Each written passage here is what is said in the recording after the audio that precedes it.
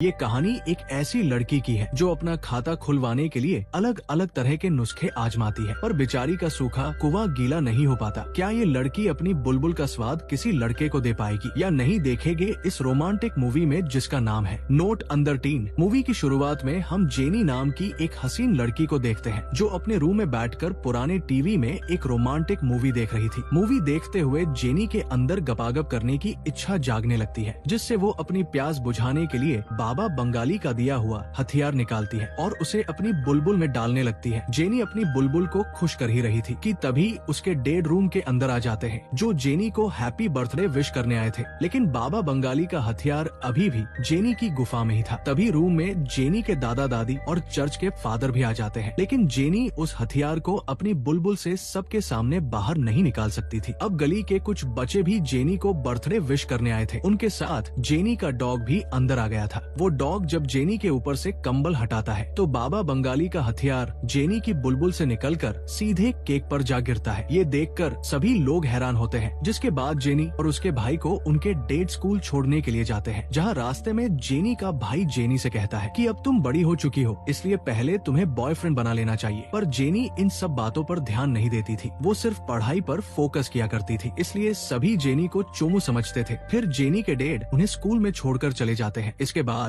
हम स्कूल में जैक को देखते हैं जो पूरे स्कूल में फेमस था और स्कूल की सारी लड़कियां जैक के ऊपर मरती थी, पर जैक किसी भी लड़की को भाव नहीं देता था। दूसरी तरफ जेनी के पास रिकी नाम का लड़का आता है जो काफी टाइम से जेनी को प्यार करता था, इसलिए आज भी रिकी जेनी का बर्थडे गिफ्ट लेकर आया था। पर आज भी जेनी रिकी के प्रपोजल को एक्सपेक्ट नहीं करती और वहाँ से चली जाती है। वही स्कूल में हम जेनी के भाई को देखते हैं जो अपने नल्ले दोस्तों के साथ था। जेनी का भाई अपने दोस्तों को बताता है कि अब उससे सब्र नहीं होता क्योंकि उसका चेतन अब किसी की बुलबुल में जाने को बेकरार है, इसलिए अब उसे किसी लड़की के साथ जोरदार तरीके से पलंग तोड़ करना था। तभी उसकी नजर सामने से आती हुई अमांडा के ऊपर पड़ती है जो कि दिखने में एकदम पटाखा थी। अमांडा को देखते ही जेनी का भाई सोच लेता है कि इस लड़की की बुलबुल को तो मैं ही अपने छोटे चेतन से पानी पिलाऊंगा। दूसरी तरफ हम जैक को देखते हैं जो अपने बेरोजगार दोस्तों से बातें कर रहा होता है। तभी निया नाम की हॉट लड़की जैक के पास आकर उससे गपागप करने की बोलती है, क्योंकि निया वैसे तो जैक की सौतेली बहन थी, पर उसको तो जैक के हथियार से अपनी गुफा में धमाके करवाने थे। लेकिन जैक उसकी गुफा में धमाके करने से मना कर देता है क्योंकि जैक पहले से रिलेशन में था। तभी जैक के पास उसकी जीएफ लैला भी आ जाती है जो जैक से अकेले में बात करना चाहती थी, इसलिए वो जैक को कोने में लेकर जाती है जहाँ लैला जैक को बताती है कि मैं अब तुमसे ब्रेकअप करना चाहती हूँ क्योंकि तुम्हारे पप्पू से मेरी बुलबुल को कुछ फर्क नहीं पड़ता और मुझे मजा भी नहीं आता। ये सुनकर जैक को बहुत बुरा लगता है। जब जैक लैला के दूसरे बॉयफ्रेंड को देखता है जो कि दिखने में एकदम चोमू था, इसलिए जैक लैला को समझाता है, पर लैला को तो बस मोटा चेतन ही चाहिए था, इसलिए वो जैक की बात नहीं सुनती। इसके बाद हम जेनी को देखते हैं जो ड्राइंग रूम में बहुत मेहनत करके अपनी ड्राइंग बना रही होती है और बड़े परिश्रम के बाद वो अपनी सुंदर पेंटिंग को अंजाम दे देती है। उधर जैक अपने दोस्तों के साथ क्लास खत्म करके जब बाहर आता है तो देखता है कि लैला अपने नए बीएफ के साथ लिपटा लिपटी कर रहे थे। ये देखकर जैक को बहुत बुरा लगता है। तभी जैक का दोस्त उसे बोलता है कि लैला बहुत खूबसूरत है और इस बार भी स्कूल की प्रोम क्वीन वही बनेगी। तो जैक अपने दोस्तों से कहता है कि लैला इतनी भी खास नहीं है क्योंकि ये सब मेकअप का कमाल है, अगर उसके चेहरे से मेकअप हटा दो तो कद्दू जैसी शक्ल हो जाएगी। और रही बात प्रोम क्वीन की, तो वो तो मेकअप करके कोई भी लड़की बन सकती है। तो उसका दोस्त जैक से शर्त लगाता है कि अगर तुमने स्कूल की सबसे चोमू लड़की को स्कूल की प्रोम क्वीन बना दिया तो तुम शर्त जीत जाओगे। तो जैक भी इसके लिए मान जाता है। अब सभी मिलकर जैक के लिए स्कूल की सबसे चोमू लड़की को ढूंढने लगते हैं। तभी उन्हें सामने से जेनी आते हुए दिखाई देती है। तो जैक का दोस्त जैक को जेनी को स्कूल की प्रोम क्वीन बनाने की बोलता है। जैक जेनी को पटाना तो नहीं चाहता था, लेकिन अब उसने अपने दोस्तों से शर्त लगाई थी, इसलिए वो मान जाता है। फिर हम जेनी को क्लास में देखते हैं जहाँ जेनी का प्रेमी यानी कि रिकी सभी क्लास वालों के सामने पोएम सुनाकर जेनी से अपने प्यार का इजहार करने लगता है। दूसरी तरफ हम स्कूल में हम जेनी के भाई लुलू को देखते हैं जो अपने आवारा दोस्तों के साथ लड़कियों को ताड़ रहा होता है और अपने दोस्तों से डिस्कस करता है कि कैसे हमारे छोटे चेतन को किसी की गुफा की सैर कराई जाए। तभी उन्हें एक आइडिया आता है और एसी की पाइपलाइन में छुपकर लड़कियों देखने लगते हैं, जिससे इन्हें आनंद की प्राप्ति हो रही थी। लेकिन अचानक इन तीनों के वजन की वजह से एसी की पाइपलाइन टूट जाती है और ये सीधे जेनी की क्लास में आ टपकते हैं। जब पूरे स्कूल में इन तीनों की हरकत के बारे में पता चल जाता है तो लुलू और उसके दोस्तों को पनिशमेंट दी जाती है। इसके बाद बाद जब स्कूल में लंच होता है तो जैक अपनी शर्त के मुताबिक जेनी के पास आता है और उसे अपने साथ डेट पर चलने का ऑफर करता है। बट जेनी जैक से पूछती है कि अबे नल्ले, तूने पिछले 6 सालों से मुझसे बात तक नहीं करी और आज तू मुझे एकदम से डेट पर चलने की बोल रहा है। लेकिन जैक उसे अपनी शर्त के बारे में नहीं बताता तो जेनी उसके साथ डेट पर जाने से मना कर देती है।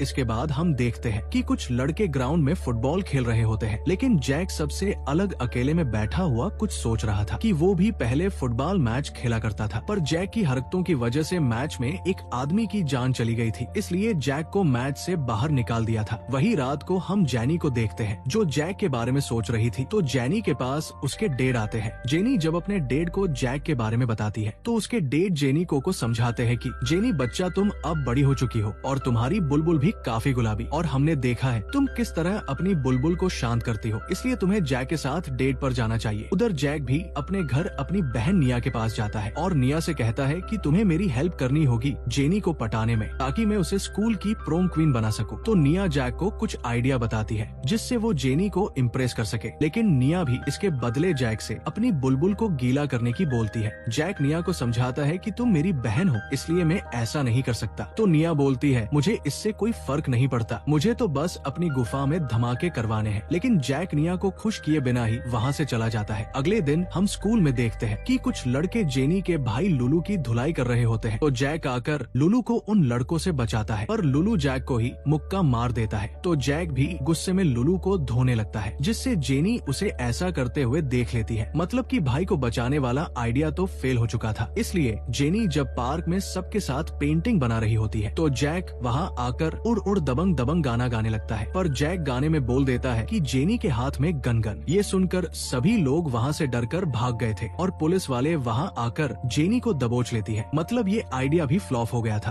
फिर जैक जेनी को छुड़वाकर अपने घर डिनर के लिए लेकर जाता है, जहाँ जैक जेनी को थोड़ी देर रुकने की बोल कर जाता है। जब जैक वापस आता है तो वो बिना कपड़ों के था, यानी कि जैक अपने छोटे चेतन को दिखाकर जेनी को इम्प्रेस करना चाहता था। बट जेनी को जैक का हथियार पसंद नहीं आता और वो वहाँ से चली जाती है। अगले दिन जैक निया को लेकर जेनी के घर जाता है, क्योंकि जैक जेनी को एक पार्टी में ले जाना चाहता था और निया जेनी को पार्टी में जाने लायक अच्छे कपड़े पहनाकर तैयार कर सके। और थोड़ी देर बाद निया जेनी को एकदम पटाखा बना देती है। जेनी को देखकर तो जैक का छोटा चेतन सलामी देने लगता है, जिसके बाद जैक, निया और जेनी तीनों एक साथ पार्टी में जाते हैं, जहाँ सभी लोग जेनी का हॉट लुक देखकर चौंक गए थे, क्योंकि जेनी आज एकदम गर्म मसाला लग रही थी। इसके बाद जेनी पार्टी में दबाकर ड्रिंक कर लेती है और बाहर जाकर उल्टी सीधी हरकतें करने लगती है। जैक किसी तरह जेनी को संभालता है, तभी वहाँ पर लैला आ जाती है, जो पार्टी में सबके सामने जेनी का मजाक उड़ाने लगती है, जिससे जेनी रोते हुए पार्टी से चली गई थी। अब रात को जैक जेनी को मनाने के लिए उसके घर जाता है, जहाँ बातें करते हुए दोनों के बीच नजदीकियां बढ़ती है और वो दोनों एक दूसरे को किस करने लगते हैं। लेकिन किस करते वक्त दोनों की टाइमिंग नहीं बन पाती, तो ये किस का काम किसी और दिन के लिए छोड़ देते हैं। अगले दिन जेनी स्कूल में रिकी के साथ बैठी होती है, तो जेनी के पास जैक आकर उसे अपने फुटबॉल मैच में आने के लिए बोलता है। अब जेनी भी जैक को चाहने लगी थी, इसलिए वो जैक के मैच में जाने के लिए मान जाती है। दूसरे दिन जब मैच चल रहा होता है तो जैक नल्लो की तरह एक साइड में बैठा हुआ था। अब जैक की टीम मैच को बुरी तरह से हार रही थी, क्योंकि उनके एक भालू को चोट लग गई थी, इसलिए कोच को मजबूरी में जैक को मैच खेलने के लिए भेजना पड़ता है। जब जैक मैच खेलने जाता है तो जैक फिर से बॉल को सही पास नहीं कर पाता, इसलिए वो फिर से मैच हार जाते हैं। अब मैच खत्म होने के बाद मुंह बिगाड़ कर जैक बाहर आता है, तो जेनी भी उसके पीछे आ जाती है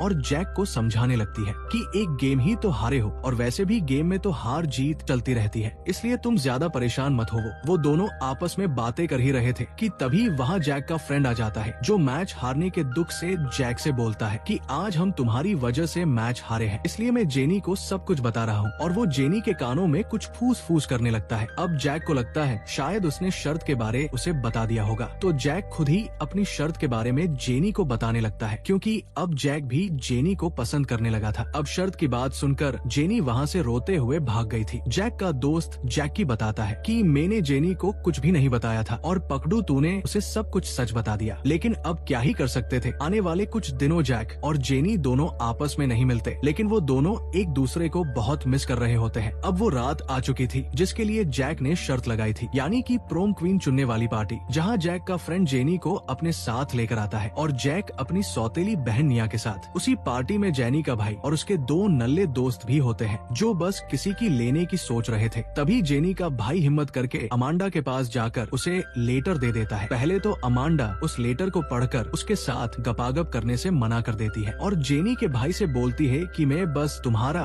लॉलीपॉप का स्वाद ले सकती हूँ, जिसके लिए अमांडा उसे अपने साथ ले जाती है। उधर जेनी जैक के फ्रेंड के साथ डांस करने लगती है। ये देख जैक भी निया के साथ डांस करने लगा था। दोनों एक दूसरे को जलाने की कोशिश कर रहे थे। तभी जैक की सौतेली बहन जैक को किस कर लेती है, जिससे जेनी को बिल्कुल भी अच्छा नहीं लगता और वो वहाँ से चली जाती है। थोड़ी देर बाद स्कूल के प्रिंसिपल पार्टी में आकर प्रोमी क्वीन और प्रोम किंग का अनाउंसमेंट करते हैं, जहाँ प्रोम किंग तो जैक को बनाया जाता है। अब बारी आती है प्रोमी क्वीन की तो लैला सोचती है कि उसको ही प्रोमी क्वीन बनाया जाएगा, लेकिन ऐसा नहीं होता और दो लड़कियों को प्रोमी क्वीन बना दिया जाता है, जिससे वो लड़कियां जैक के साथ चिपका चिपकी करने लगती है। ये देख जेनी वहाँ से जैक के फ्रेंड के साथ निकल जाती है, तो जैक भी जेनी को ढूंढने के लिए उसके पीछे जाने लगता है। तो बीच में जैक का कालू फ्रेंड उसे बताता है कि जेनी होटल में अपनी बुलबुल को गीला करवाने के लिए गई है। तो जैक जल्दी से भागते हुए होटल पहुँचता है, जहाँ जाने के बाद जैक को पलंग तोड़ने की जोर जोर से आवाजें आ रही थी। वो जब अंदर जाकर देखता है तो उसकी एक्स GF लैला और उसका दोस्त पलंग तोड़ रहे होते हैं और जिसको लैला ने BF बनाया था वो उनका वीडियो बना रहा था। जैक गुस्से में आकर तीनों को मुक्का मारकर वहाँ से जेनी को ढूंढने के लिए निकल जाता है और सीधे जेनी के घर पर जाता है, जहाँ पर जेनी के डैड आर्मी वाले बने हुए थे। जेनी के डैड जैक को बताते हैं कि जेनी पेरिस जाने वाली है और वो अभी तो एयरपोर्ट पर ही होगी। तो जैक जल्दी भागकर एयरपोर्ट पर जाता है और जेनी को ढूंढकर एक फुटबॉल से उसके सर पर मारता है, जिससे जेनी रुक जाती है और जैक जल्दी से भागकर जेनी के पास जाकर उसे अपने दिल की बातें बताने लगता है, जिसे सुनकर जेनी का भी दिल धड़क उठता है और वो पेरिस जाना कैंसिल कर देती है। और आखिर में दोनों वही सबके सामने एक दूसरे को किस करके अपने प्यार को आगे बढ़ाते हैं और इसी के साथ इस मूवी की हैप्पी एंडिंग हो जाती है। आपको मूवी कैसी लगी कमेंट करके जरूर बताएं। Thanks for watching.